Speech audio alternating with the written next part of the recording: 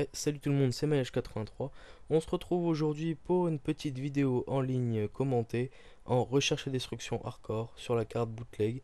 Alors j'avais une classe P90 silencieux avec une deuxième arme P99 silencieux et je jouais avec les killstreaks de soutien, je crois drone et veste balistique, tout simplement pour aider mon équipe. C'est les classes que je privilégie généralement en recherche et destruction, surtout en hardcore. Donc voilà. À la base, c'est pas un gameplay que je cherchais spécialement à avoir pour vous mettre en ligne sur la chaîne, mais, euh, mais c'est une partie que je jouais en fait dans le but de récupérer des désamorçages ninja pour le montage que je vous avais promis lors de la première vidéo. Et en fait, je suis tombé avec deux Français avec qui j'ai bien sympathisé en ligne, d'ailleurs qui ont fait de très bonnes parties. Sulfurix et Majdoub76, que je remercie d'ailleurs pour toutes les parties qu'on a fait, et entre autres celle-là où on a bien rigolé, surtout à la fin. En fait, on est tombé sur un lobby avec une full team qui nous a carrément agressé dès leur entrée dans le lobby et en disant comme quoi ils allaient nous massacrer, qu'on était des noobs, qu'on allait rage quit, etc., etc. Je vous en passe. Donc jusque-là, rien d'exceptionnel, puisque on retrouve souvent ce genre d'attitude sur Call of Duty et surtout sur MW3. Donc voilà, vous allez comprendre en quelques instants pourquoi ça m'a d'autant plus énervé après. C'est qu'ils vont littéralement se moquer de nous. En fait, c'est des gestes que je trouve ridicule, c'est puéril quoi. Voilà, c'est ça, c'est retourner dans le cadavre. Alors déjà, je trouve que c'est un manque de fair play, je trouve pas ça du tout sportif et moi ça m'énerve complètement, surtout qu'ils vont faire ça deux manches de suite et voilà, c'est assez énervant et c'est dommage parce que d'ailleurs c'est une très ça a l'air d'être une très bonne équipe hein. En plus elle jouait vraiment bien, pas vraiment pas un jeu désagréable quoi. Il y avait pas de SMO, il y avait pas de XM25, de lance-boulettes sous les armes, etc. C'était vraiment, on va dire, ça aurait pu être très agréable de jouer avec eux si ce n'est ce petit détail là quoi.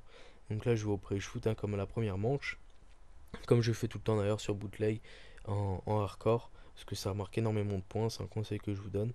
Là je vais lancer ma flash, hop, puis une grenade Semtex, étant donné que je fais pas d'in marker, je la lance ailleurs.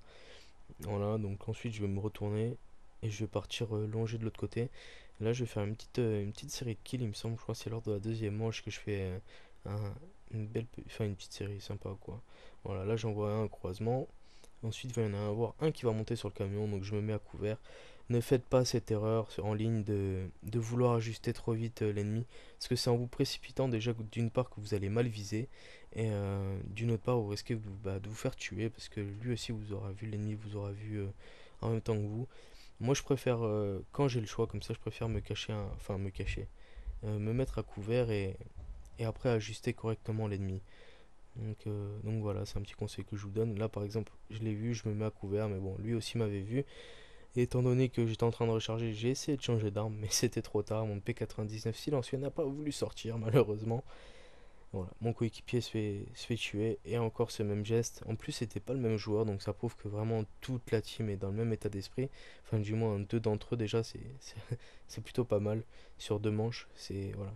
Donc là, déjà, on perdait 2-0, donc autant vous dire qu'on commençait à être un peu énervé, parce que, étant donné qu'on voulait vraiment les battre, vu leurs commentaires désagréables et leur attitude, bah voilà quoi, leur attitude gamine, puérile, tout ce que vous voulez. On voulait vraiment les battre. Et, euh, et voilà, donc on s'est un peu arraché. Enfin, sur la fin, surtout, vous allez voir, parce que au début, ça va être très dur. Là, je voulais retourner au pré-shoot. Malheureusement, mes coéquipiers ne me l'ont pas permis, étant donné qu'on est en hardcore. Je voulais pas prendre le risque de me faire tuer en ricochet, on va dire, parce que c'est bien ce qu'ils ont fait. Leur mode ricochet, je trouve ça pas mal. Parce que moi, je me faisais souvent tuer par des coéquipiers alors que bah, j'avais rien demandé et c'était pas de ma faute. Donc je suis bien content qu'ils aient mis ce mode de ricochet, ça permet de jouer un peu plus tactique, de réfléchir, surtout bah, déjà où on lance nos grenades, etc. Moi je trouve que c'est mieux fait. Donc là on vient à 2-1. Donc là on s'est dit bon c'est bon les gars, on se chauffe, on gagne 4-2 et c'est parti. Comme ça au moins on va les faire rager. D'ailleurs c'est Moche Double qui fait la kill cam, le français qui joue avec moi. Donc voilà, c'était GG à lui d'ailleurs, parce qu'il joue au MSR et c'est pas évident de jouer au MSR, surtout en hardcore. Parce que mettre des quickscopes, c'est déjà chaud en normal, hein. Moi, je peux dire que je joue au L118 de temps en temps. Et je peux vous dire que c'est pas tout le temps évident. Il faut bien ajuster. On a le droit qu'il y ait une chance, hein, parce que c'est assez vite fait quand vous avez une mitraillette qui vous arrive, surtout une PP90 ou un FMG9. C'est déjà assez dur de gérer le quickscope. Alors en plus, en hardcore, je vous dis pas, c'est une vraie misère, quoi. Donc bravo à lui. Donc là je me fais tuer parce que je m'attendais pas du tout à ce qu'il ait déjà des vestes balistiques, j'avais pas bien regardé les scores, j'aurais dû faire attention.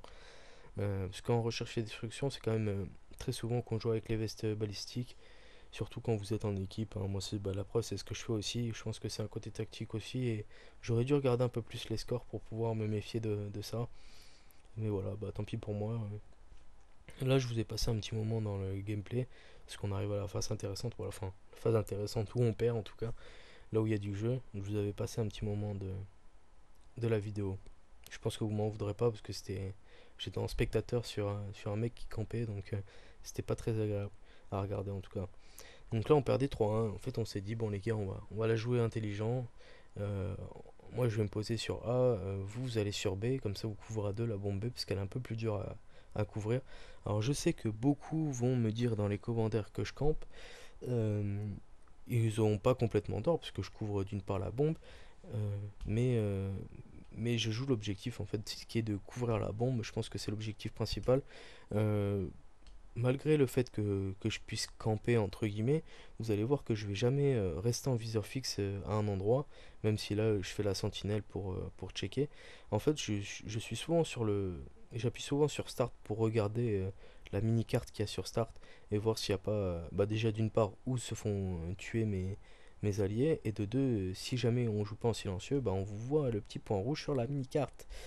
Beaucoup ne font pas attention à ça, mais en hardcore privilégiez le silencieux, pardon, parce que sur la mini-carte sur Start, pardon, on vous voit. Et ça, je pense que c'est une erreur que beaucoup font. Et d'autre part, un avantage que les autres ne savent pas profiter.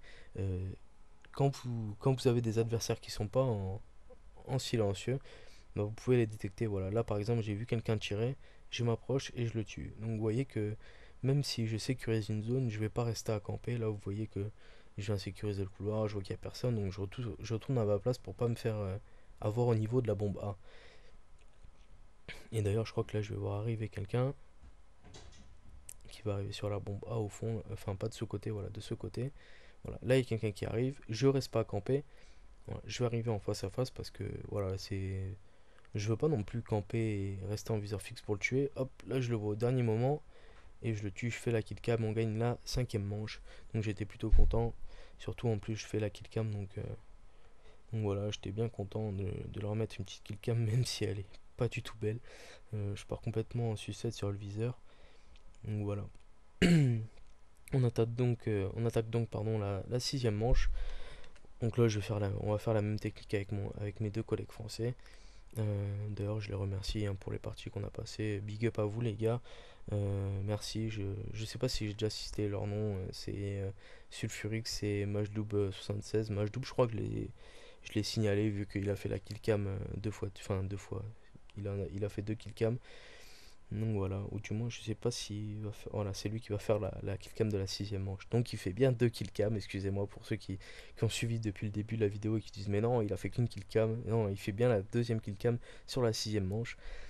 Donc voilà, je les remercie à eux parce que franchement, voilà, ils ont vraiment bien joué, ils ont un beau jeu, et je les remercie pour les parties que j'ai passées autant avec eux que contre eux parce que ça jouait très fair play et ils avaient une bonne mentalité, on a bien rigolé.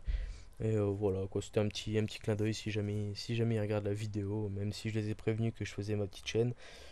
Parce que au début, en fait, je me suis retrouvé contre eux, et non, avec eux, pardon, et je crois que c'était sur la carte, que je me trompe pas, c'était sur Ardat, où je m'étais posté sur la bombe, sur une des deux bombes, et bah, faut dire ce qui est, je campais pour faire un désamorçage ninja, et ils me regardaient, vu qu'ils étaient morts, ils me regardaient en tant que spectateur.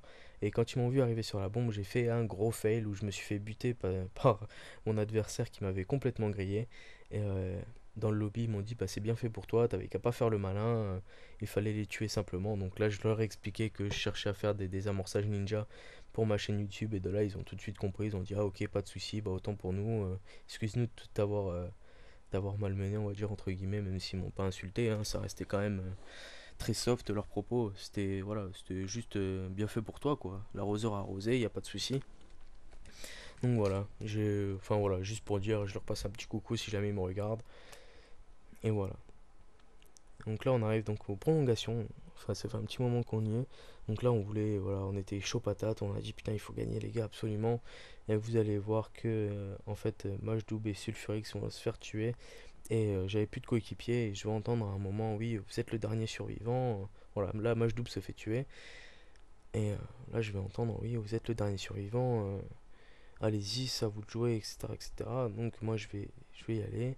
Et je me suis dit, bon, vu qu'ils sont pas sur A, ils sont forcément sur B. Avec un peu de chance, je pourrais faire un désamorçage ninja en prenant, sans prendre de risques. Et là, voilà, en fait, ils étaient deux à me tirer dessus.